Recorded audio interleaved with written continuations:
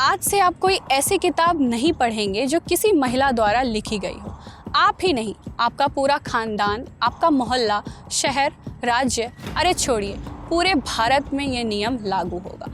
पूरे भारत में कोई भी व्यक्ति ऐसी कोई किताब नहीं पढ़ेगा जिसकी लेखिका कोई महिला हो। कैसा लगा सुनकर? अजीब, बेवकूफ़ी? जो आपको अजीब या बेवकूफ़ी भरा लग रहा है वो सच होने जा रहा है। नहीं, भारत में नहीं, तालिबान के अफ़गानिस्तान में। अब शायद आपको यह अजीब ना लगे क्योंकि तालिबान ऐसा कर सकता है। अफ़गानिस्तान में लड़कियों को पहले ही स्कूलों और कॉलेजों में जाने से रोका गया है। वहाँ अब किताबों तक से औरतों की आवाज़ मिटाई जा रही है।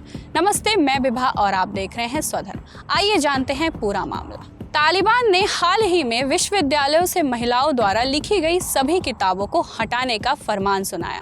सिर्फ इतना ही नहीं, उन्होंने मानवाधिकार और यौन उत्पीड़न जैसे विषयों की पढ़ाई पर भी पूरी तरीके से रोक लगा दी है।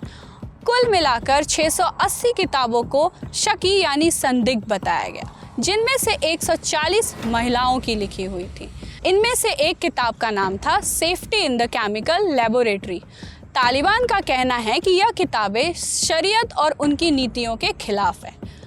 इतना ही नहीं, विश्वविद्यालय को 18 विषयों की पढ़ाई पर भी पाबंदी लगा दी गई।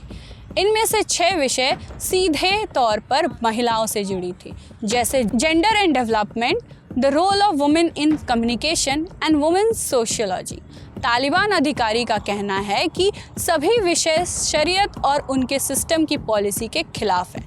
यह आदेश अगस्त के आखिर में जारी हुआ और इसे तैयार करने वाले पैनल में तालिबान सरकार के धार्मिक विद्वान और विशेषज्ञ शामिल थे। पाबंदियों का सिलसिला यही नहीं थमा। कुछ ही दिनों पहले तालिबान ने कम से कम 10 प्रांतों में फाइबर ऑप्टिक इंटरनेट पर बैन लगा दिया। वजह बताई गई अनैतिकता को रोकना। पिछले 4 सालों में तालिबान ने शिक्षा पर इतनी पाबंदियां लगा दी हैं कि अब लड़कियां 6ठी क्लास के बाद स्कूल नहीं जा सकती। 2024 के आखिर में मिडवाइफरी के कोर्स भी बंद करा दिए गए, जो औरतों के लिए आखिरी सहारा थे। अब हालात यह है कि ना तो महिलाएं पढ़ सकती हैं और ना ही उनकी लिखी हुई किताबें पढ़ाई जा सकती हैं। इस फैसले पर अफगानिस्तान की पूर्व उप न्याय मंत्री जाकिया अंदेली ने कहा कि यह कोई हैरानी की बात नहीं है। उनके मुताबिक जब महिलाएं पढ़ ही नहीं सकती तो जाहिर है कि उनकी सोच और उनकी किताबों को भी दबाया जाएगा।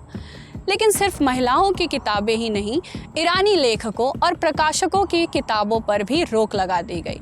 कुल सूची में 310 किताबें या तो ईरानी लेखक की थी या ईरान से प्रकाशित हुई। पैनल के सदस्य ने बताया कि यह कदम इसलिए उठाया गया ताकि अफगानिस्तान शिक्षा प्रणाली में ईरान का असर ना फैले। दरअसल अफगानिस्तान और ईरान के बीच हाल के सालों में पानी के अधिकार जैसी कई वजहों से तानातानी रही है। साथ ही ईरान ने जनवरी से अब तक 15 लाख से ज़्यादा अफगानों को जबरन वापस भेज दिया, जिससे दोनों देशों के रिश्ते और बिगड़ गए। इन सब के बीच सबसे ज़्यादा चिंता शिक्षकों की है। एक गुमनाम प्रोफेसर ने कहा, ईरानी लेखकों और अनुवादकों की किताबें ही अफगानिस्तान विश्वविद्यालय को दुनिया से जोड़ने का जरिया थी। उनके हटने से उच्च शिक्षा में बहुत बड़ा खालीपन आ जाएगा। काबुल यूनिवर्सिटी के एक प्रोफेसर ने बताया कि अब उन्हें खुद ही किताबों के चैप्टर लिखकर छात्रों को पढ़ाना होगा। लेकिन सवाल यह है कि क्या ये चैप्टर्स ग्लोबल स्टैंडर्ड पर खरे उतर पाएंगे? तो अफगानिस्तान की शिक्षा व्यवस्था, जिस पर कभी उम्मीदें टिकी थी, अब तालिबान की पाबंदियों की वजह से धीरे धीरे ढह रही है। और अंत में सबसे बड़ा सवाल यही है कि क्या शिक्षा को आधे समाज से छीनकर कोई भी देश आगे बढ़ सकता है? जब औरतों की आवाज़ किताबों से मिटाई जा रही है, तब अफगानिस्तान का भविष्य किस दिशा में जाएगा? यही सोचने की बात है। इस पूरे मुद्दे पे आपकी क्या राय है? कमेंट करके अवश्य बताएं। धन्यवाद।